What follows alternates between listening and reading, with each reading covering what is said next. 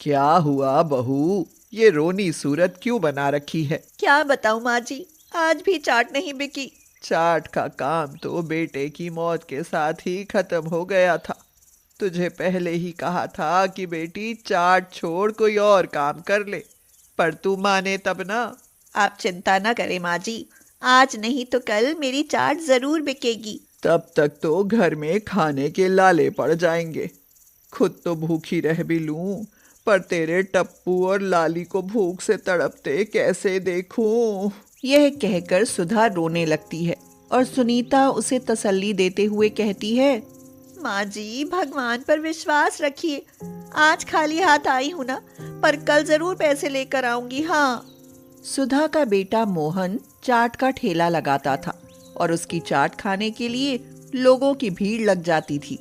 मगर कुछ दिन पहले बीमारी के कारण मोहन चल बसा और उसके मरने के बाद सुनीता ने खुद चाट का ठेला चलाने का निर्णय किया और उसने कहा, माँ जी अब वो तो रहे नहीं, इसलिए उनकी जगह मैं ही चाट बेचने का काम करूंगी। पर तुझे चाट बनाना भी आता है?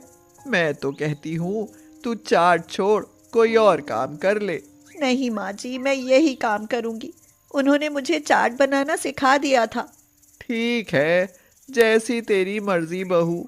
उस दिन के बाद सुनीता चाट का ठेला लगाने लगती है।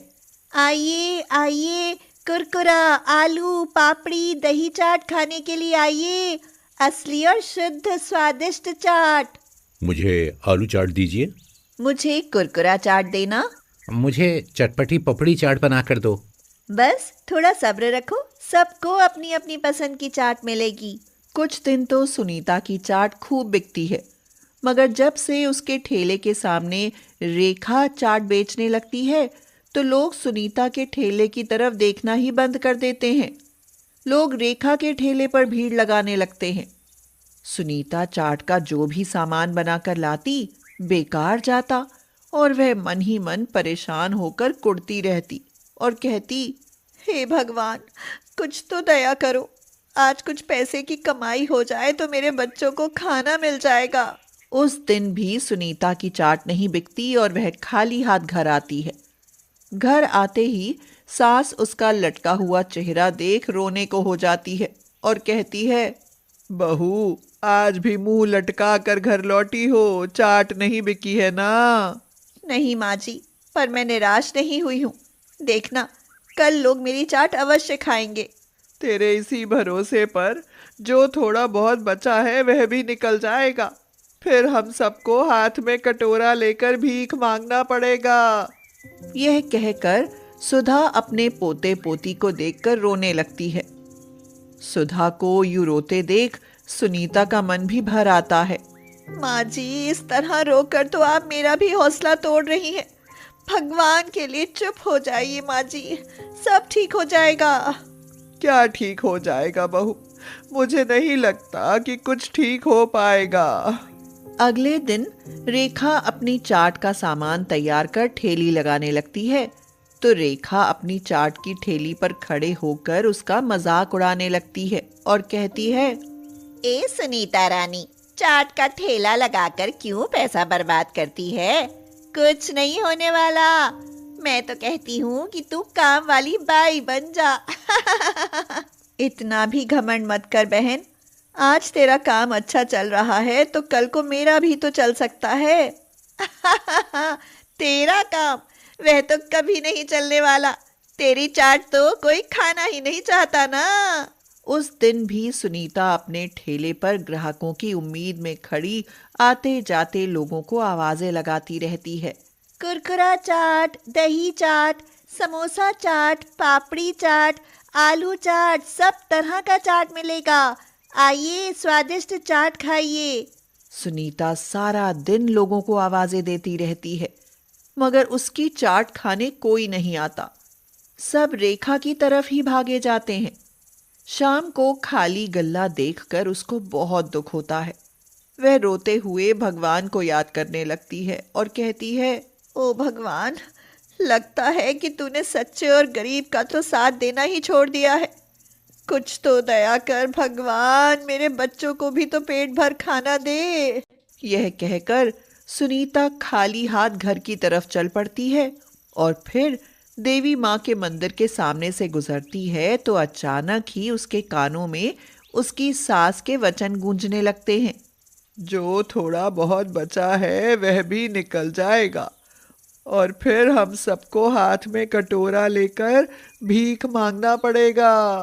यह बात याद आते ही सुनीता के कदम वहीं रुक जाते हैं और वह मंदिर में जाकर देवी माँ से प्रार्थना करती है। हे देवी माँ, मुझ गरीब अबला की मदद कर माँ। माँ, मेरा चाट का काम अच्छा चला दे ताकि मैं अपने बच्चों का पेट पाल सकूं। उस दिन सुनीता खाली हाथ घर जाती है तो उसकी सास उसे सुनाते हुए दो टूक बात कहती है। बहू, बहुत हो गया, बस अब और सहन नहीं होता। अब कोई तुम्हारी चाट खाता ही नहीं तो क्यों चाट के पीछे पड़ी हो? और क्या करूं माँ जी? कुछ भी कर, पर यह चाट बेचना छोड़ बेटी। तू हमें क्यों भूखा मारने पर तुली है? कोई और मेहनत मजदूरी कर लेना। बस कल आखिरी बार कोशिश करने दे माँ जी। अगर कल भी चाट नहीं बिकी ना तो फिर मैं कभी चाट नहीं बेचूंगी। हाँ ठीक है, यह भी करके देख ले। अगले दिन सुनीता घर से चाट का ठेला लगाने के लिए निकलती है तो पहले सब्जी मार्केट में जाती है। बंसी चाचा, 1 किलो आलू, 1 किलो प्याज और 1 किलो टमाटर दे दो। अच्छे वाले दूं या फिर सस्ते वाले? मुझे तो अच्छे वाले ही दो चाचा। पर वो रेखा तो हमेशा सस्ते वाले ले जाती है। उसे ले जाने दो चाचा। मैं घटिया सब्जियों का इस्तेमाल कर लोगों की सेहत से खिलवाड़ नहीं करना चाहती। उस दिन सुनीता देवी माँ का नाम लेकर बड़े ही मन से चाट का काम शुरू करती है, मगर फिर भी कोई उसके ठेले पर चाट खाने नहीं आता। सभी रेखा के आसपास भीड़ लगाते हैं। यह देख सुनीता निराश हो जाती है और कहती है, आज भी कोई चाट खाने के लिए नहीं आ रहा।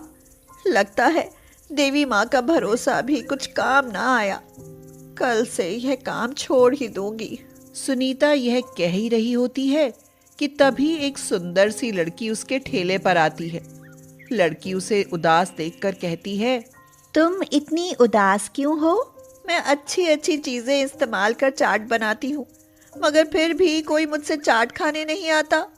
आप निराश ना होइए, मेरे पास मेरी दादी जी का जादुई मसाला है।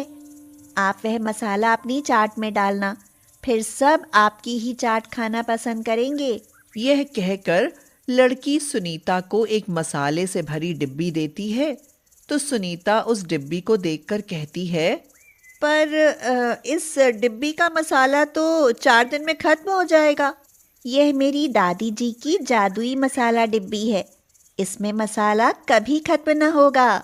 यह कहकर वह लड़की जाने लगती है और फिर एकाएक गायब हो जाती है। यह देख सुनीता चकित रह जाती है। सुनीता उसे आवाज देने लगती है, ए लड़की, कहाँ हो तुम? तुम अचानक कहाँ चली गई? सुनीता उसे कई बार बुलाती है मगर उसे कोई जवाब नहीं मिलता और ना ही वह लड़की कहीं दिखाई देती है। यह देख सुनीता कहती है, हो सकता है देवी माँ खुद ही मेरी मदद करने आई हो। मैं इस मसाले को चाट में डालकर देखती हूँ। ऐसा कहकर सुनीता थोड़ा सा मसाला अपनी चाट में डालती है तो चाट की महक दूर तक फैल जाती है और लोग रेखा का ठेला छोड़ उसके आसपास भीड़ लगाने लगते हैं। मुझे कुरकुरी चाट देना। वाह, क्या अनोखा स्वाद है। मुझे एक आलू चाट और देना। फिर तो कुछ ही घंटों में सुनीता की सारी चाट बिक जाती है और उसका गल्ला नोटों से भर जाता है। वह देवी माँ का धन्यवाद कर खुशी खुशी घर जाती है और अपनी सास को पैसे देते हुए कहती है, माँ जी, आज सारी चाट बिक गई, यह लो पैसा। अरे, यह तो चमत्कार ही हो गया बहू। पर यह हुआ कैसे? सुधा के यह पूछने पर सुनीता उसे जादुई चाट मसाले के बारे में बताती है तो सुधा की खुशी का ठिकाना नहीं रहता। बहू, अब मुझे कोई चिंता नहीं, तुम दिल खोल कर चाट बेचो। फिर जादुई चाट मसाले के कारण सुनीता का चाट का ठेला खूब चलने लगता है और लोग रेखा से चाट खाना ही बंद कर देते हैं।